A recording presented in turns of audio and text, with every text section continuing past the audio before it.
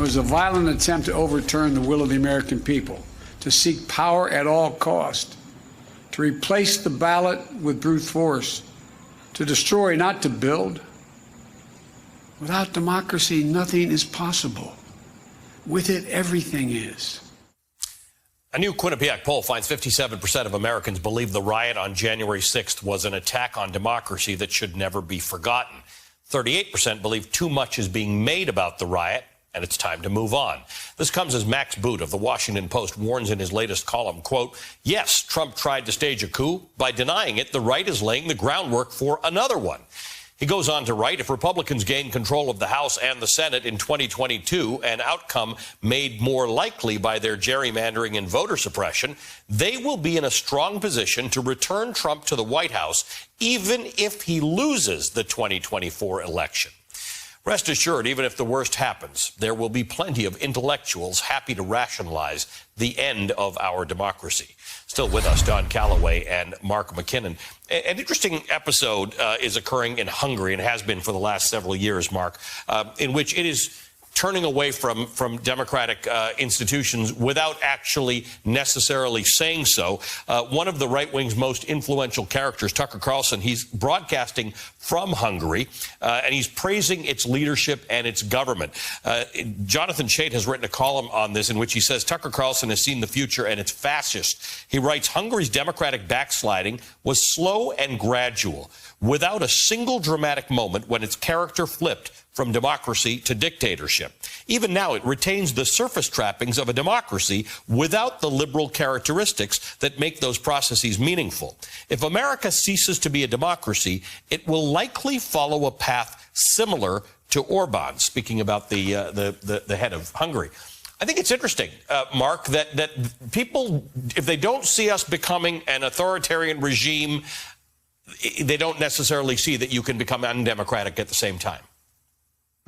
Well, it's fascinating, isn't it, Ollie? And it's so interesting that Tucker Carlson is over there checking out the roadmap.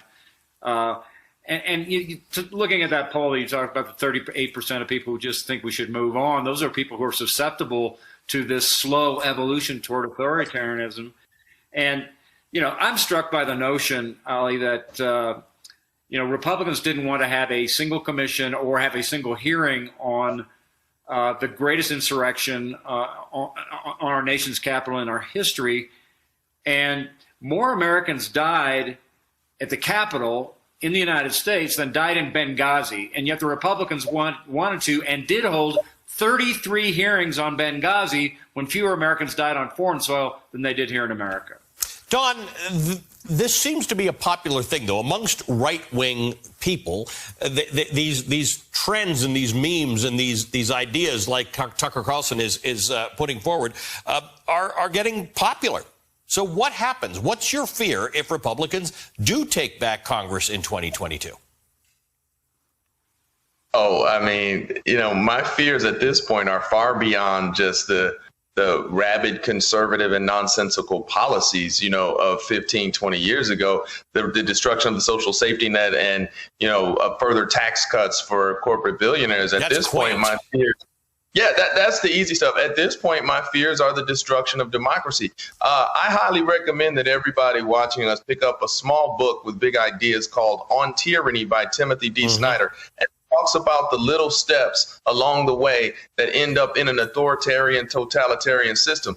But I got to have an honest moment with you, Allie. It's very tough as a black man to talk about this type of stuff because I understand the history of democracy and I understand political philosophy. But the reality is that Republicans are dismantling democracy as a response to us becoming a multiracial country where people are educated, black and brown people are educated and standing up and have societal power, have economic power. And in response to that, we are seeing the dismantling, systemic and intentional dismantling of democracy. So I can't talk about this purely in terms of political philosophy without recognizing that we are fully moving to a majority non-white nation. And this is the response to that. How do you fix this in the Republican Party, Mark? How do you go from a party that like small government and things that can be argued into this? If you look at that poll we were just talking about, the Quinnipiac poll, 60% say it would be bad for the country if Trump ran in 2024. 32% say it would be good,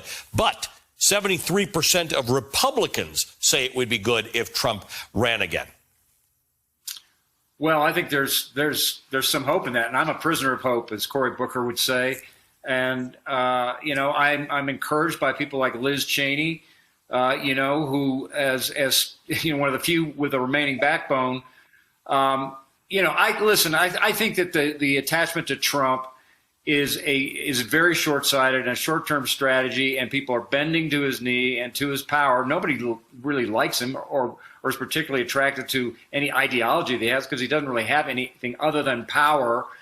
And I think that we will see, it's not going to happen as quickly as I'd like to have happen, but I think that if Donald Trump does get nominated again somehow for the presidency in 2024, I think he'll get beaten. I think he'll get beat badly this time. He'll get beat worse than he did before. But again, to Don's concerns and yours that we've raised all night, I think that's part of the reason the Republicans are doing all that they can to overturn whatever could happen in 2024.